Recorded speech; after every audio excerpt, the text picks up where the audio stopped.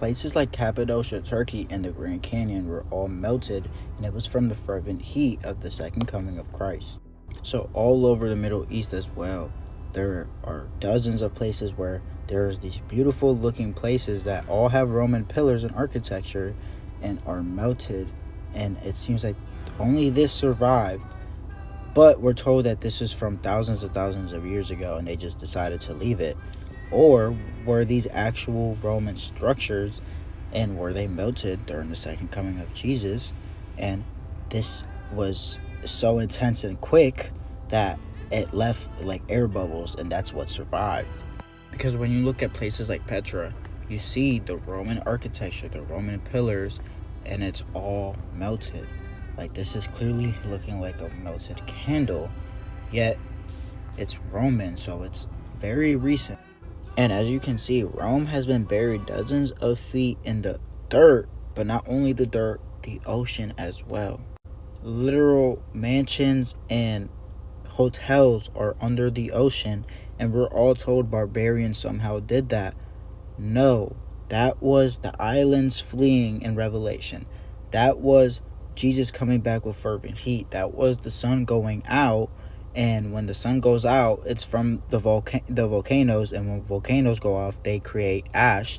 Ash mixing with rain equals mud. That is why the whole world was buried. And you see this crazy architecture just somehow get buried. That is why it was so perfectly preserved in time and not melted, because it was buried. There's so much things buried all over the world. And not only was the whole world buried, okay, as you can see, but we were all uncovering and rediscovering these things right after America was founded as a country. So obviously there were resets, and since the 1300s, since the fake Renaissance age, you can go watch my video on that. That is when Jesus' 1,000 years ended.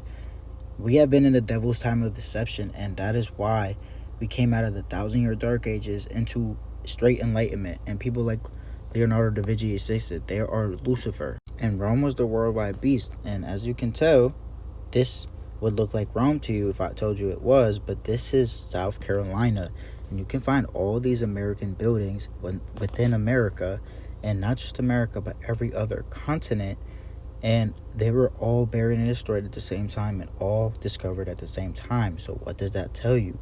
Obviously there was a recent reset within the Roman Empire, and then out of nowhere, here came the Roman Empire turning into Christians, which was the Byzantine Empire for 1,000 years. So it is very clear to me that most of these structures are actually, structures we see in our reality still. That is why in the Grand Canyon you find Buddhist stuff and artifacts, and there's also Buddhist temples and stuff like named in there. So obviously that would make sense.